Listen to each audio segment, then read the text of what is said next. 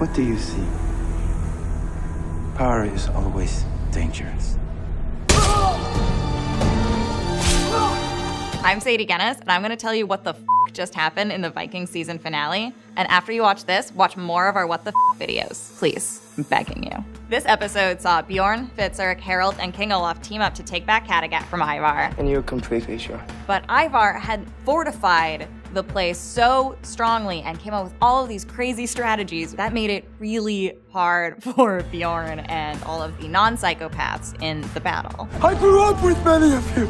Fortunately, Bjorn gets away because Ivar's men refuse to shoot him. Kill him! He's dying! But his brother Magnus wasn't so lucky. Magnus spent most of the battle hiding out, praying to the Christian God, being kind of a weenie, and then right at the end, when they are all retreating, he's like, no, Odin's with me, I'm a Viking, and like charges forward, and Harald like pulls him back and saves him. And that's when Magnus is like, finally, I feel my true Viking identity. And then R.I.P. Magnus, barely knew you, definitely never cared about you. It was just like a loose thread left over from the Ragnar storyline that you kind of have to tie up before the series ends, so he's dead. Back to characters we actually care about. When I tell you to kill Bjorn, you kill him! Ivar is livid that his men refuse to kill Bjorn, and so he like murders a bunch of them in this display of power, and Freydis, still pissed that he killed their infant son, sneaks out of camp and then goes and tells Bjorn and, you know, all of his buddies that there's a secret way into Kattegat. You have to stop him. And so they are able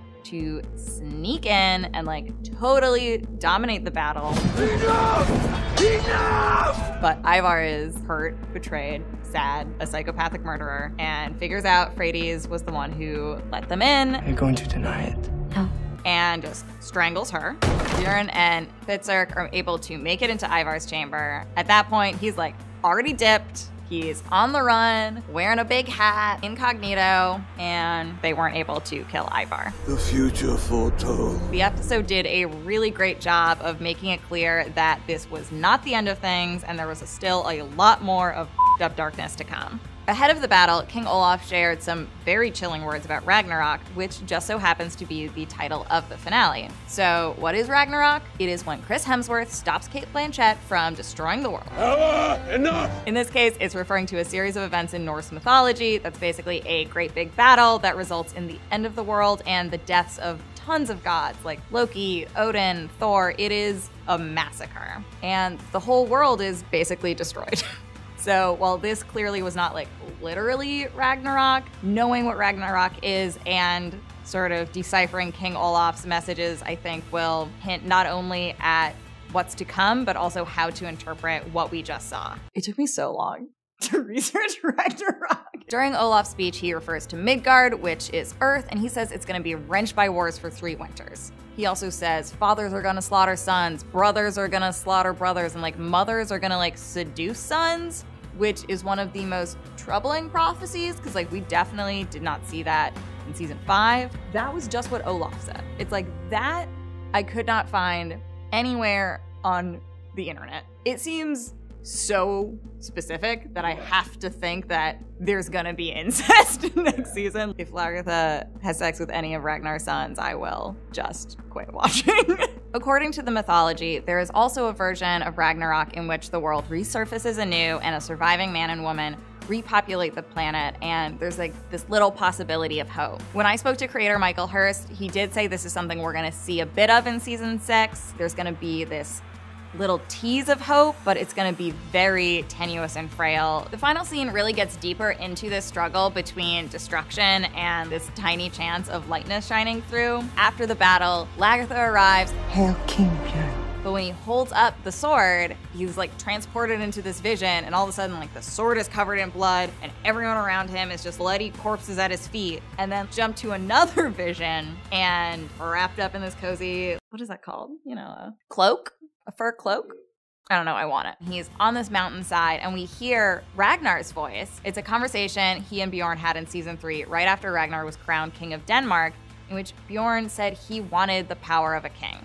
Ragnar, who never wanted any power, does everything he can in that moment to warn Bjorn about the pitfalls of it, but Bjorn never really listened, and now here he is, king of Kattegat, with all of this power and seemingly on the precipice of more war and more terror. According to Hearst, this idea of how you handle obstacles is going to be key to Bjorn's journey in season 6, when right away he's going to find out that his idea to be this kind, inclusive, anti-Ivar king is not going to be as easy as he expected. He's going to be faced with some really tough decisions early on next season, and he's probably going to mess up along the way. Yeah, we're just like blazing on through.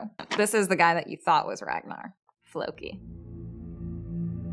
You're probably wondering to yourself right now, where the hell is Floki? So he was still in Iceland for this entire season, and it was just unrelenting tragedy. This is madness! Driving him to his lowest point yet when he goes searching for the gods inside this cave in a mountain. But he does not find the gods and finds out that he actually had not discovered Asgard. He sees a metal bowl and a cross. So not only was he not the first person on Iceland, but the people who had come before were Christians, which is like the worst thing that could have happened to Floki in that moment until...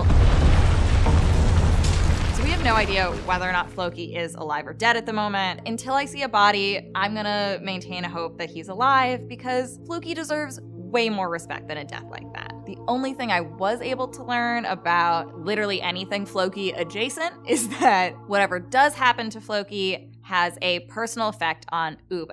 There's also a really fun theory that Floki not only survives, but he becomes the next seer of Kattegat, which I think would be pretty dope, and so that's kind of what I'm pulling for. We know now that season 6 is going to be the final season of Vikings, and so I found out as much as I could about what to expect of where each of the characters is going before the series wraps. One character we haven't spoken about a lot so far is Ivar. How dare you say that I am not a god? And Michael Hurst knows that a lot of you guys do not like Ivar. He is well aware of this, and he promises that Ivar is going to go through some major changes next season. What?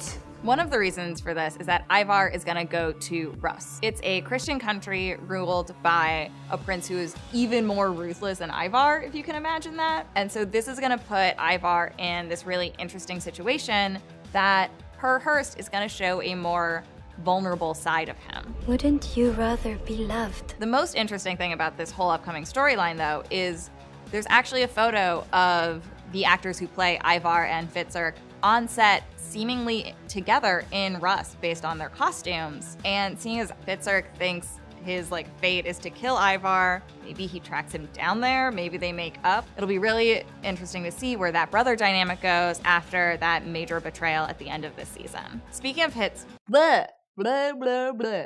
I hate that name. Speaking of Fitzurk, Hearst does promise that his storyline is gonna pay off in some major way that he says fans are definitely not gonna see coming. So based off that, I'm gonna say he probably isn't gonna kill Ivar. You're famous.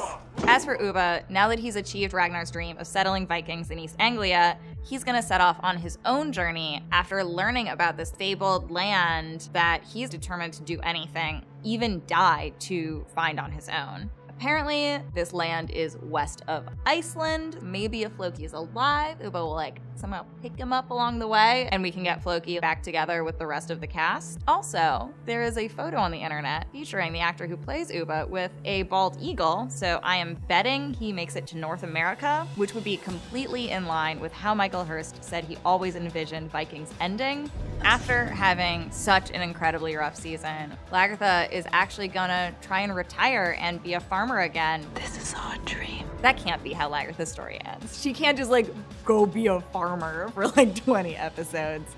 No way. It's also confirmed that Michael Hurst is deep in talks for a potential spin-off to Vikings. He couldn't share any details about what it'd be about, but he did refer to this as Vikings Part 1 and the potential spin-off as Vikings Part 2. And so they're definitely going to be very closely related. He also shared that, unlike Vikings, he is not going to be writing every episode, but instead the sort of creative oversight is going to be done by Jeb Stewart, who is the man behind the Die Hard franchise. Yippee-ki-yay, mother. Yippee-ki-yay, mother. Yippee-ki-yay, mother. Yippee-ki-yay, motherfucker! Interesting choice, exciting choice. I'm kind of ready for I don't know, there's already a lot of action. I didn't know where I was going with that. Of course, the question on every Vikings fan's mind ahead of every season, and maybe even every episode, is who is gonna die next? And I have 4 possible options. The first is Floki. He's old, he's tired, he's lost his wife, his children, his best friend, and now maybe even his faith. So just give him a good and honorable death and let him go to Valhalla and reunite with his family and Ragnar. Another big possibility is Ivar, but Hurst loves Ivar, and I can maybe see Ivar's brothers thinking he's dead, but him being so cunning that he builds a new life for himself somewhere else. But the only way he would ever be happy leaving his old life behind would be if he killed a certain someone, which leads to option number 3, Lagartha. The seer did tell Lagartha that she was going to die at the hand of one of Ragnar's sons, so the chances we see that next season are extremely high. And then we have to wonder, which son is it going to be? Well, the seer also told Fitzurk that he was going to achieve something that a lot of other people had failed at, but the cost would be too high. If he did kill Lagartha, that would cost him his relationship with his other brothers. Even if it... I hate this name, Aaron. Even if Fitzurk doesn't kill Lagartha, the historic Fitzurk, according to Wikipedia, was burnt alive at a stake of human remains, which 100% sounds like something we are going to see in this show. Let us know in the comments below who you think will die next, who you hope to die next, and who you think should be the corpses at the bottom of Fitzurk's stake. I can't say that.